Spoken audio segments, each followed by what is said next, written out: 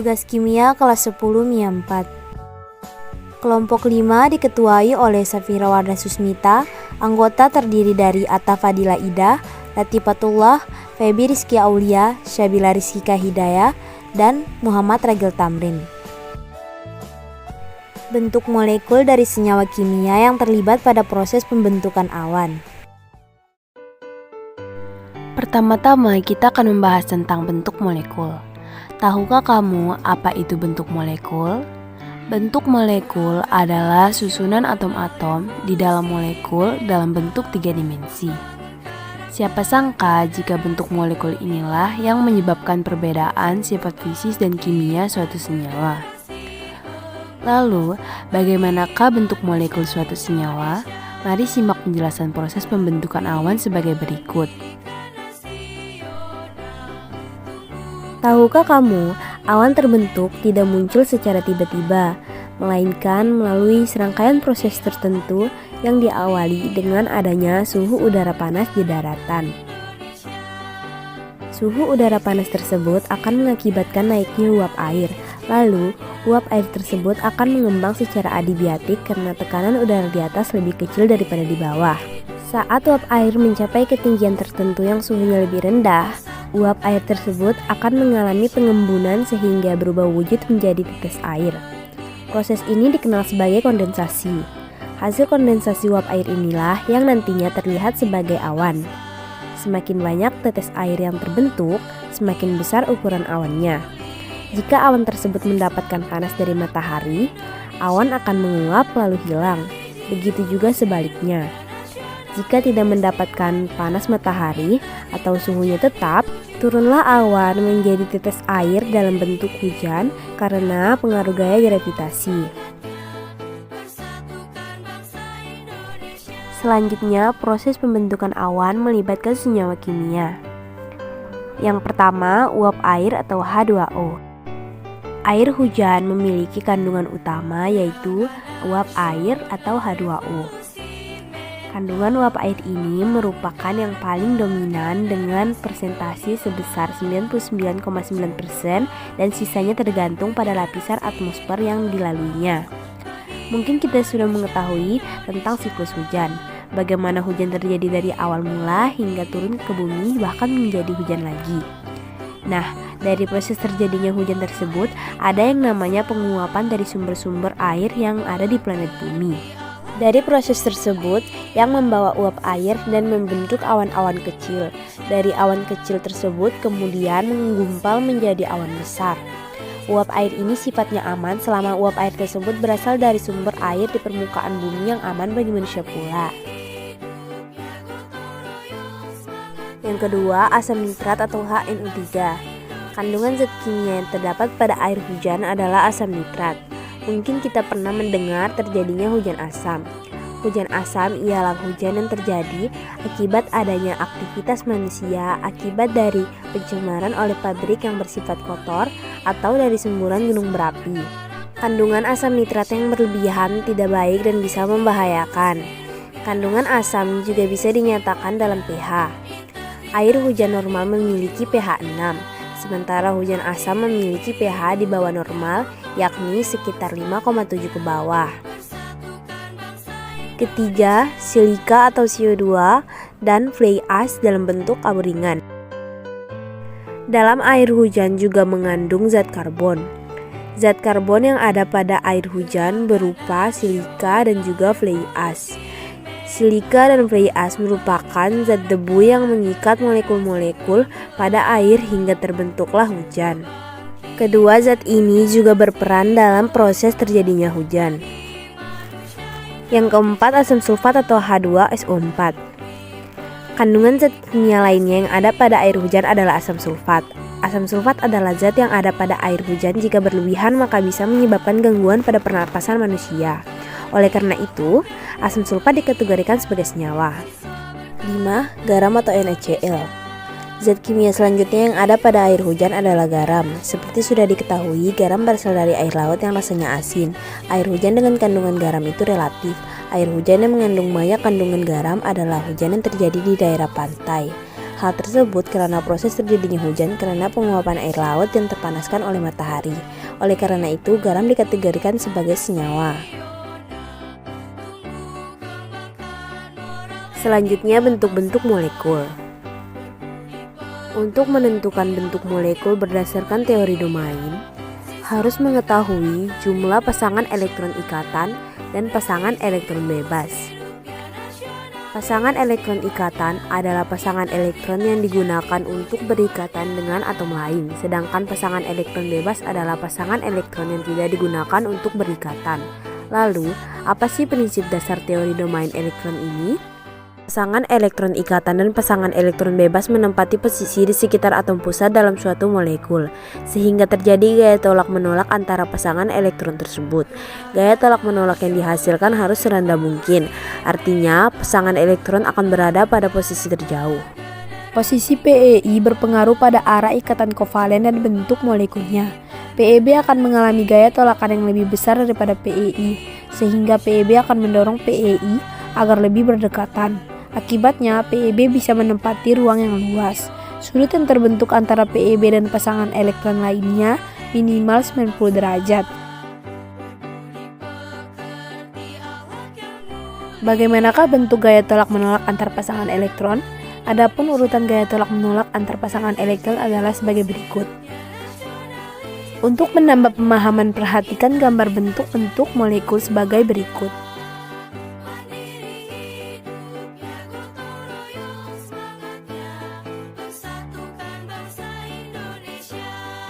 Yang kedua yaitu meramalkan bentuk molekul. Berdasarkan tabel tadi, melihat adanya bentuk molekul tetrahedral, oktahedral, segitiga planar, linear, dan seterusnya. Bagaimana sih cara menentukan bentuk molekul seperti tabel tersebut? Jika melihat kembali teori domain elektron, bentuk molekul dapat diramalkan dengan menghitung jumlah elektron yang terlibat dalam pembentukan ikatan. Adapun langkah-langkah untuk meramalkan bentuk molekul adalah sebagai berikut. Yang pertama, menentukan jumlah elektron valensi atom pusat. Kedua, menentukan jumlah elektron dari atom lain yang digunakan dalam ikatan. 3. Menentukan jumlah PeI dan PeB. 4. Menentukan bentuk molekul. Untuk lebih mudah memahami materi di atas, mari simak penjelasan tentang apa itu teori VSEPR, domain elektron, struktur Lewis, dan hibridisasi. Yang pertama, teori VSEPR. Bunyi teori VSEPR adalah pasangan elektron dalam ikatan kimia ataupun pasangan elektron yang tidak dipakai bersama, yaitu pasangan elektron mandiri saling tolak-menolak. Pasangan elektron cenderung untuk berjauhan satu sama lain. Teori ini menggambarkan arah pasangan elektron terhadap inti suatu atom. Gaya tolak-menolak antara dua pasangan elektron akan semakin kuat dengan semakin kecilnya jarak antara kedua pasangan elektron tersebut. Gaya tolakan akan semakin kuat jika sudut di antara kedua pasangan elektron tersebut besarnya 90 derajat. Tidak hanya itu, tolakan yang melibatkan pasangan elektron tunggal lebih kuat daripada yang melibatkan pasangan ikatan. Di bawah ini adalah urutan besarnya gaya tolakan antara dua pasangan elektron menurut teori VSEPR.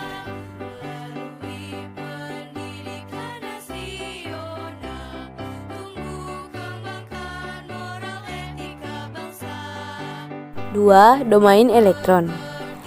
Teori domain elektron adalah penyempurnaan dari teori VSEPR. Domain elektron artinya kedudukan suatu elektron atau daerah keberadaan elektron. Dapat ditentukan dengan jumlah domain sebagai berikut. A. Setiap elektron ikatan, ikatan tunggal, rangkap 2, atau rangkap 3 mempunyai satu domain. B. Setiap pasangan elektron bebas mempunyai nilai satu domain. Prinsip-prinsip dasar dari teori domain elektron adalah sebagai berikut. Yang pertama, antar domain elektron pada atom pusat saling tolak-menolak sehingga mengatur diri sedemikian rupa sehingga tolakannya menjadi minimum. 2. Urutan kekuatan tolakan dari domain elektron.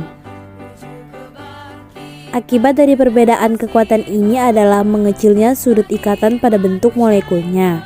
3. Bentuk molekul hanya ditentukan oleh pasangan elektron ikatan. Cara menentukan geometri suatu molekul mengikuti langkah-langkah berikut ini. Menentukan tipe molekul, atom pusat dilambangkan dengan A, elektron ikatan dengan X, domain elektron bebas dinyatakan dengan I. Tipe suatu molekul dapat ditentukan menggunakan rumus domain elektron bebas, yaitu jumlah domain elektron bebas sama dengan elektron valensi dikurang jumlah atom per 2.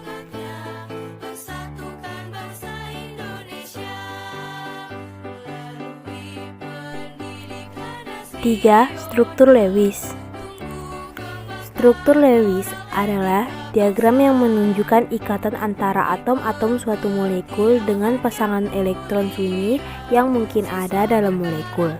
Struktur Lewis dapat digambar menurut setiap molekul berikatan kovalen serta senyawa koordinasi. Struktur Lewis dinamai menurut Gilbert Newton Lewis. 4. Hibridisasi.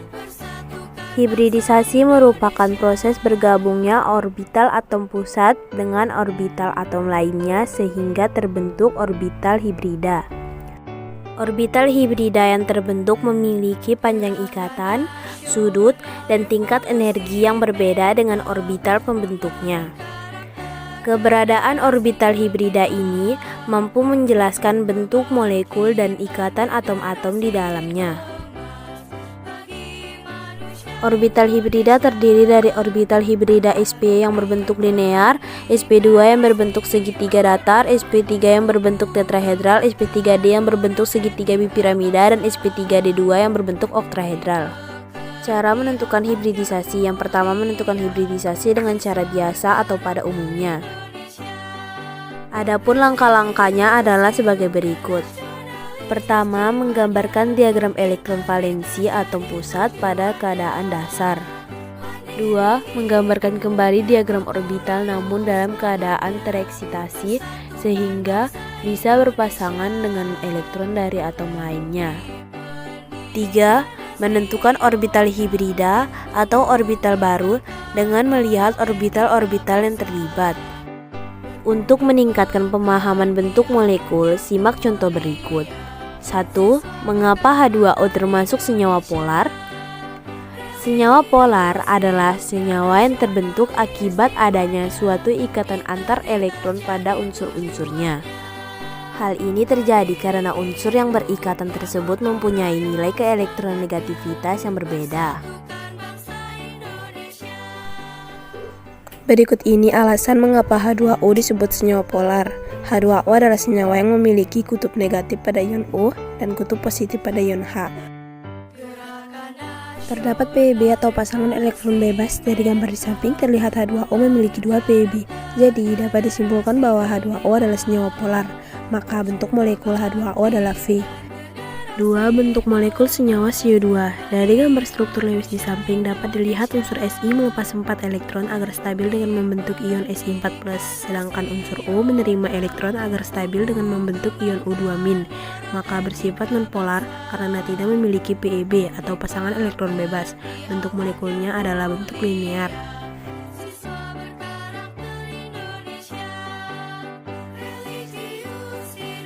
3. Senyawa NaCl.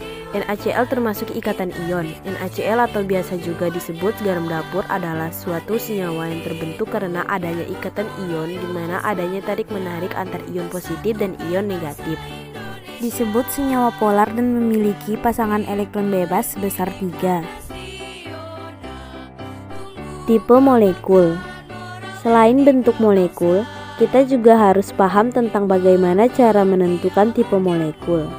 Apa itu tipe molekul? Tipe molekul merupakan notasi untuk menyatakan banyaknya pasangan elektron di sekitar atom pusat. Bagaimanakah tipe rumus molekul?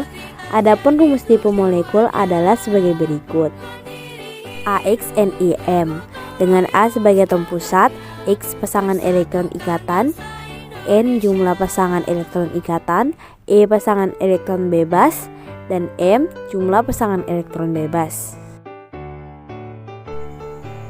Perhatikan contoh berikut. 1. H2O. Proses pembentukan ikatan kovalen dari senyawa H2O, jumlah atom O dan H adalah 8 oksigen sama dengan konfigurasi elektron 2. 6 memerlukan 2 elektron untuk mencapai kestabilan oktet 8. 1H memerlukan 1 elektron untuk mencapai kestabilan duplet 2. Oleh karena itu, agar atom O dan atom H dapat berikatan sehingga stabil membentuk oktet, maka 1 atom O berikatan dengan 2 atom H, sehingga atom O menerima 2 elektron dari atom H, kemudian elektron digunakan bersama untuk saling berikatan. Dari gambar struktur Lewis, dapat dilihat bahwa hanya terdapat 2 elektron atau sepasang elektron yang digunakan bersama-sama untuk berikatan antara atom O dan atom H, sehingga termasuk dalam ikatan kovalen tunggal. Selain itu, terdapat 4 elektron yang tidak digunakan untuk berikatan. Oleh karena itu, pada senyawa H2O terdapat 2 ikatan kovalen tunggal dan 2 pasangan elektron tunggal dan 2 pasangan elektron bebas. Maka dapat disimpulkan, atom pusat dinyatakan dengan lambang A, domain elektron ikatan X sama dengan 2, domain elektron bebas E sama dengan 2, bentuk molekul AX2E2. Simak video penjelasan menggunakan rumus sebagai berikut. Untuk menentukan tipe molekul dan bentuk molekul dari H2O adalah kita harus mengetahui atom pusatnya terlebih dahulu. Nah, sebelum kita ketahui atom pusatnya, kita harus pelajari apa itu atom pusat. Atom pusat adalah logam transisi yang memiliki orbital kosong sehingga dapat menerima pasangan elektron dari ligan. Sedangkan ligan adalah anion molekul netral yang diikat oleh atom pusat. Nah, ini dia teman-teman yang terikat.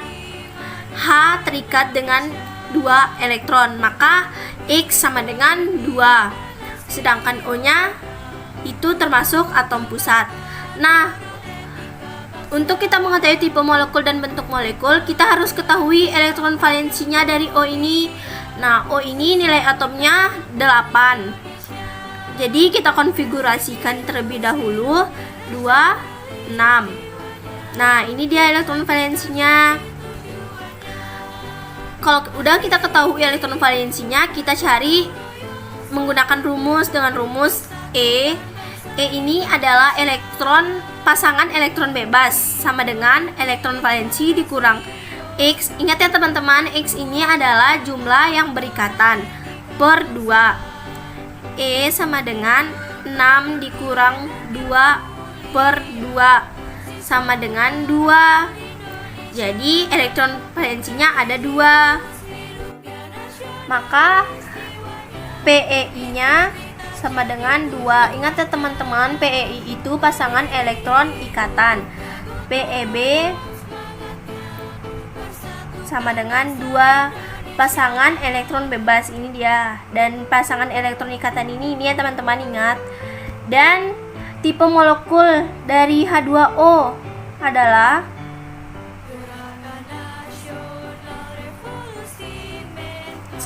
adalah A. Ingat ya teman-teman, A ini atom pusat, AX2E2.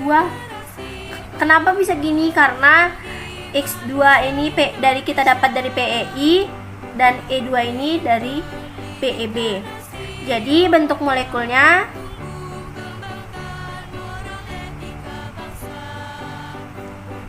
adalah planar bentuk V. Bentuknya itu pertama-tama kita taruh O di sini, oksigen ya, dan ini H. Kita tarik garis H. Karena dia ada 2 pasang, kita jadi tarik 2 pasang ya. Dan ini nomor atom O-nya ya, ada 6. Elektron valensinya ada 6.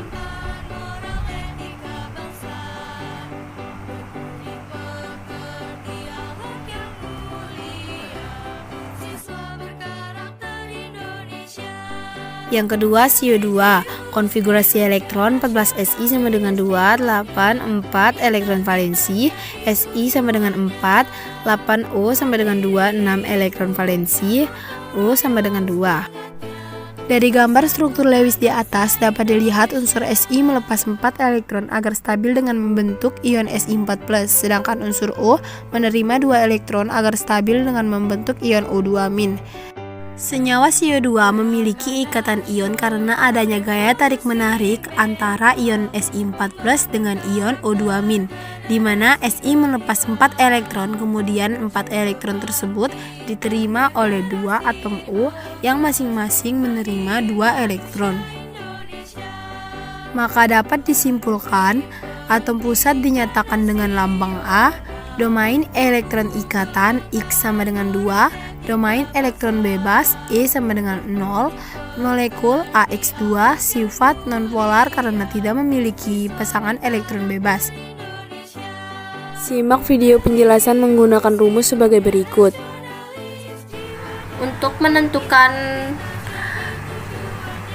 tipe molekul dan bentuk molekul dari SiO2 adalah kita harus mengetahui apa itu atom pusat.